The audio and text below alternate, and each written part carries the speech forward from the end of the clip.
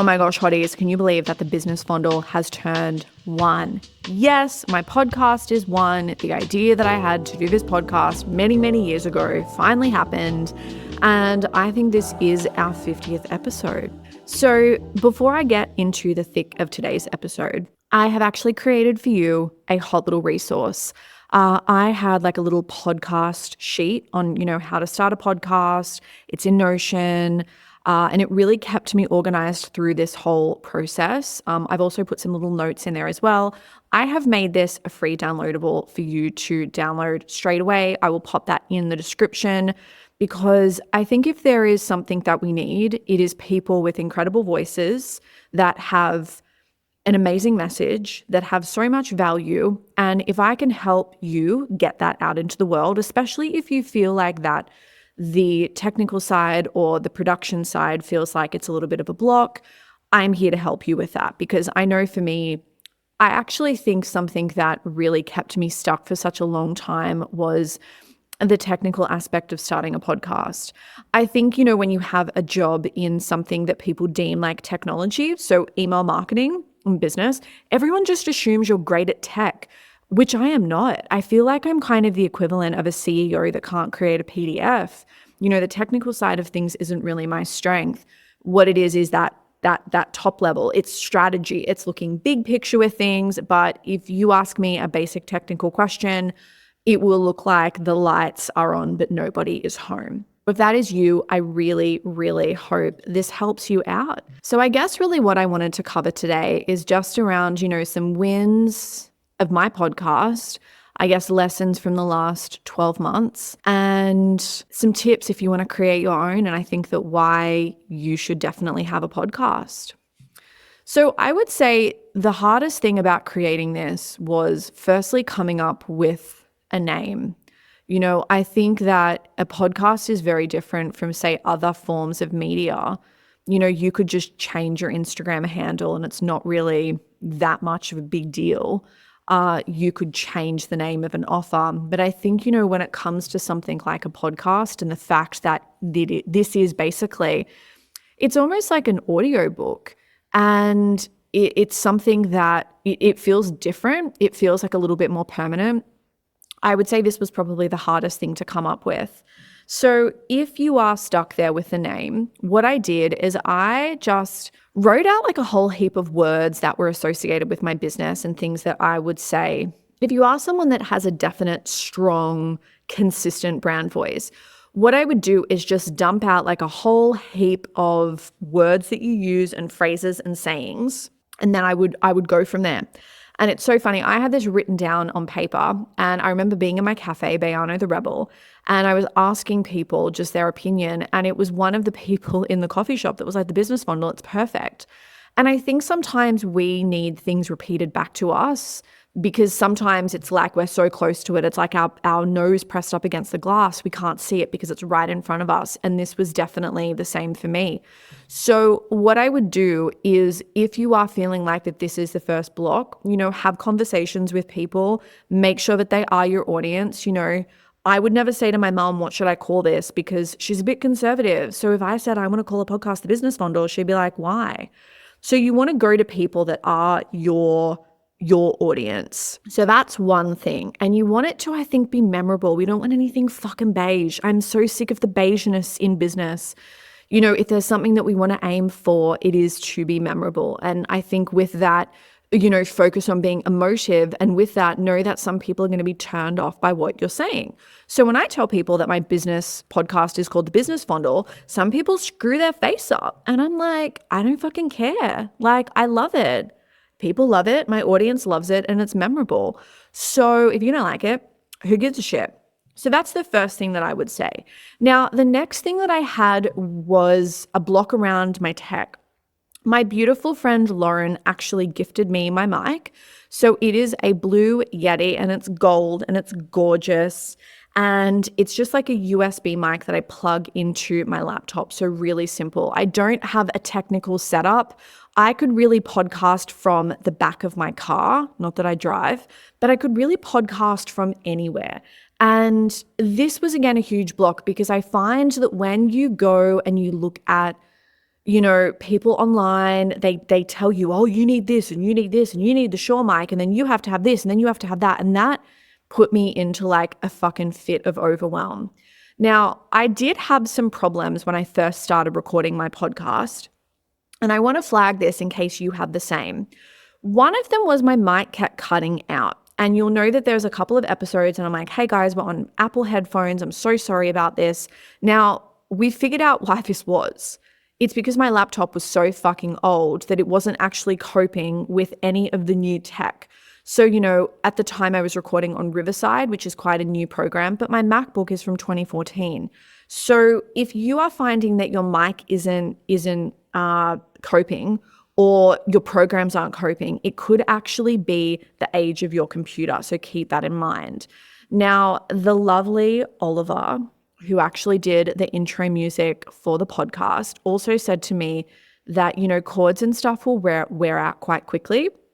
So he said sometimes it could be that.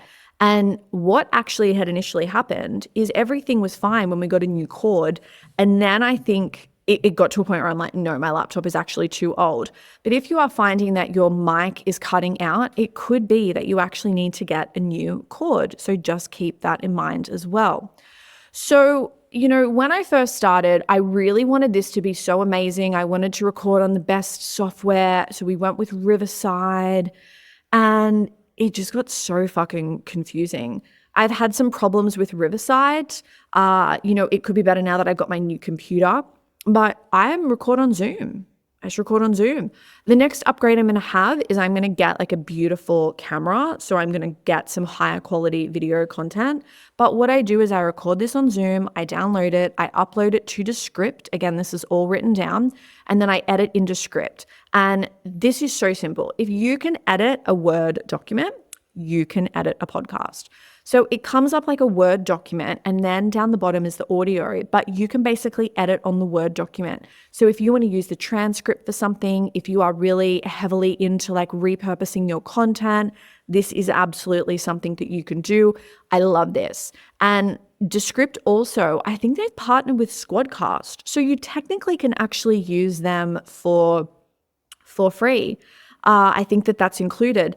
In no way is this sponsored. I think I signed up their affiliate program and I don't even know if I'm approved yet. But, I'm all for easy fixes. One reason as well that I went back to Zoom is apparently with a lot of like podcasting software, it uploads to the person's computer and then it has to like download onto the software. And, I think for a lot of guests, I don't want to say that I work with people that aren't technically minded, but again, I'm just conscious that they could be like me, the CEO that doesn't know how to make a fucking PDF. So this is why I went back to Zoom. And one thing I just had to get over is, I listened to Diary of a CEO and just how professional that is. And I was like, I want a podcast like that. But then hearing, Stephen Bartlett and how many people are on his team, I'm like, well, you're putting a lot of pressure on yourself for the fact that you do everything. You record, you edit, you put all of this up yourself. Why can't you just let this be a little bit easier? And then eventually you will get that set up. So if you are someone that feels like that you can't start because you need to do all of this, don't let that be a block, because I feel that this was one of the biggest blocks around me getting my podcast out there. Was I was trying to make this so professional so I could reuse content, not realizing that, 2 years or 3 years had passed and I still hadn't gotten this thing out there.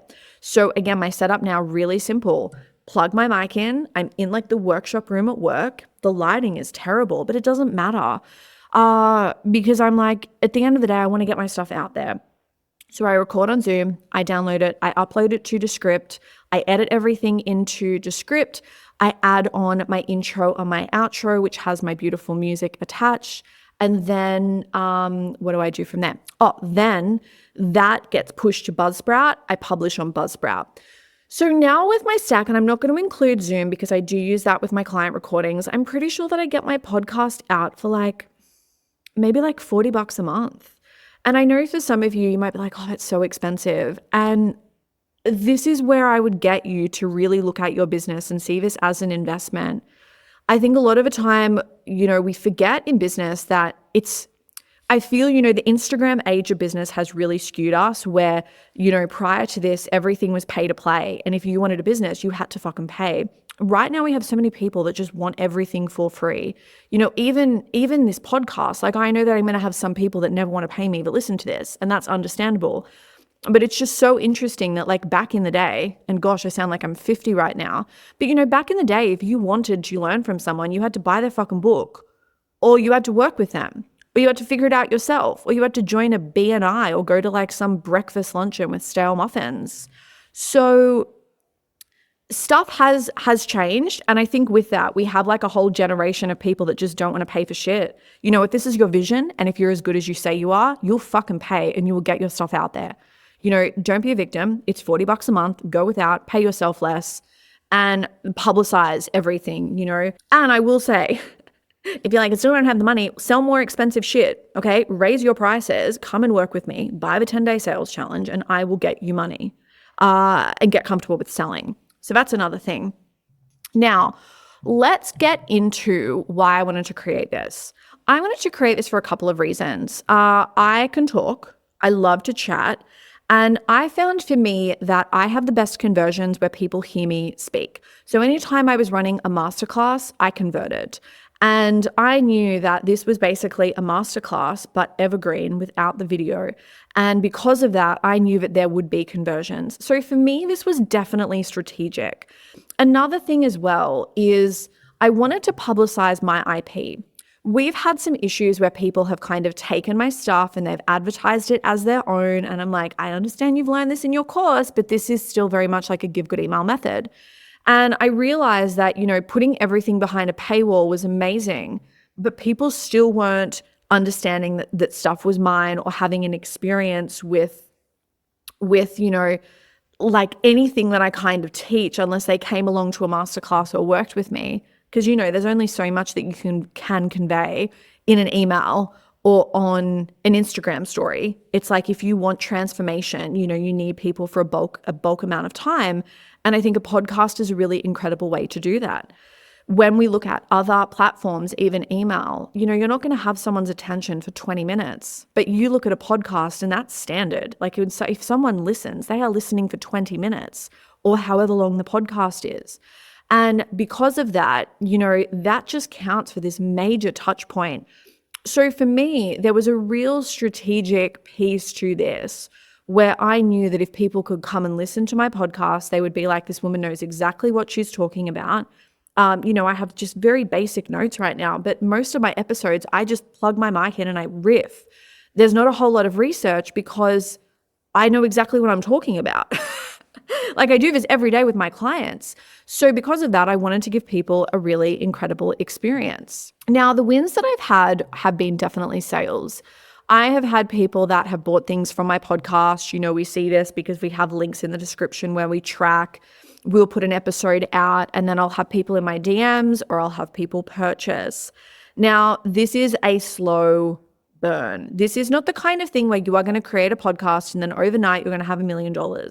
Maybe if you have a huge audience. But for me, I like to think about Brooke Castillo in the Life Coach School and how she probably was recording that podcast for ages. Love him or hate him, but Joe Rogan was the same. He had his podcast for years and years and years before it blew up.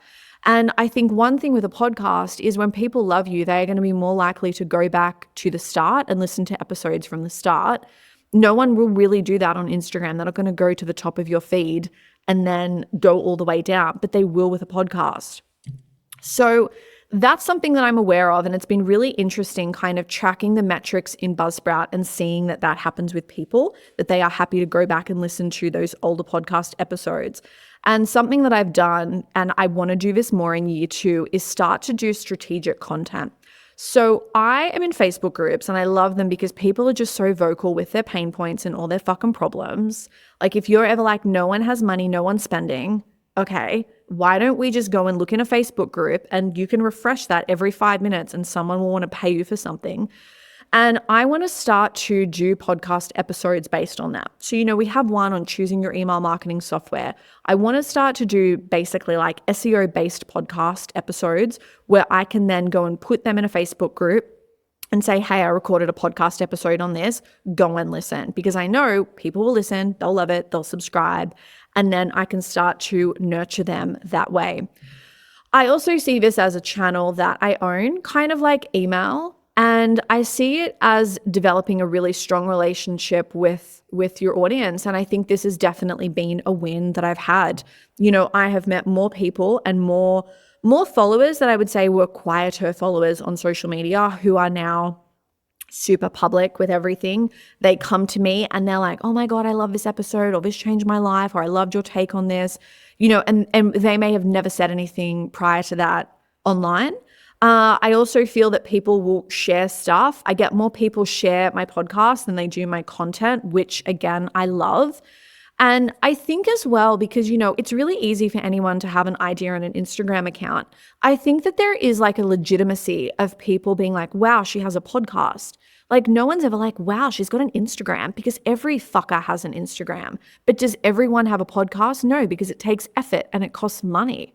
So I kind of see this like the equivalent is maybe not writing a book, but when people are like, oh, she's got a podcast, and I'm like, yeah, we publish like twice a week. It's a year old now.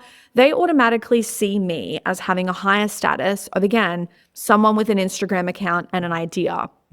So that has been a huge win. Another win that I think that I've had is, I find the writing process very cathartic. And I kind of feel the same with a podcast. When I go to do stuff like this, it gets me to look at things differently.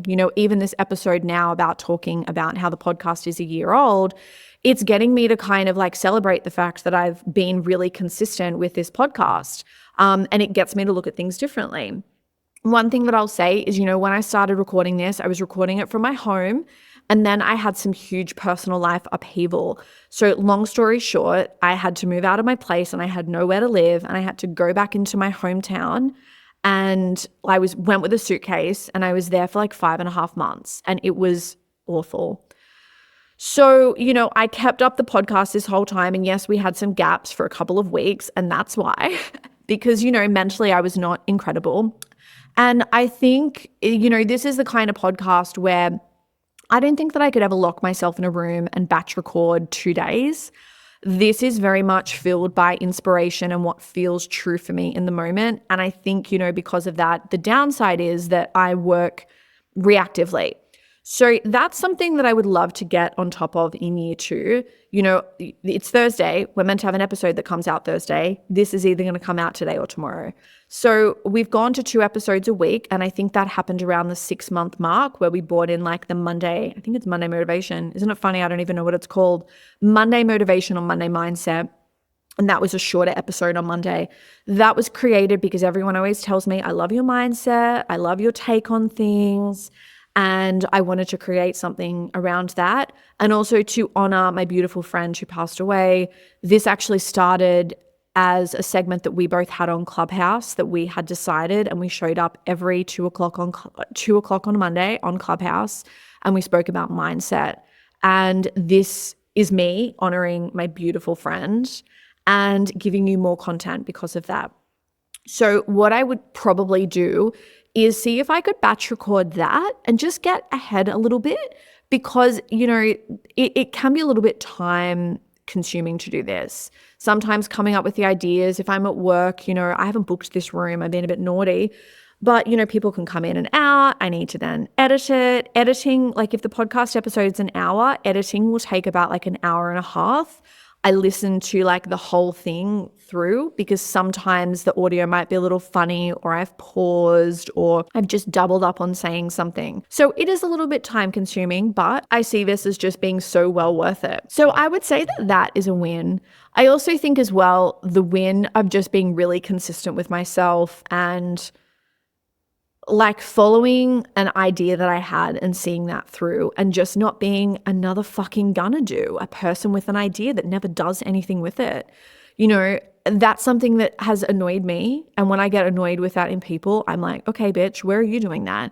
And one thing was my podcast. I was always talking about starting my podcast, and I just hadn't started it. Again, there was huge bumpy things at the start. We had a lot of problems with audio, but I'm just so grateful that I have stuck with it. And now I have like a year's worth. I have a body of work of a whole year that I can then refer someone to. And I think how exciting is it that someone can discover me and I can say, go and listen to my podcast, and you've probably got 30 hours worth of content to listen to.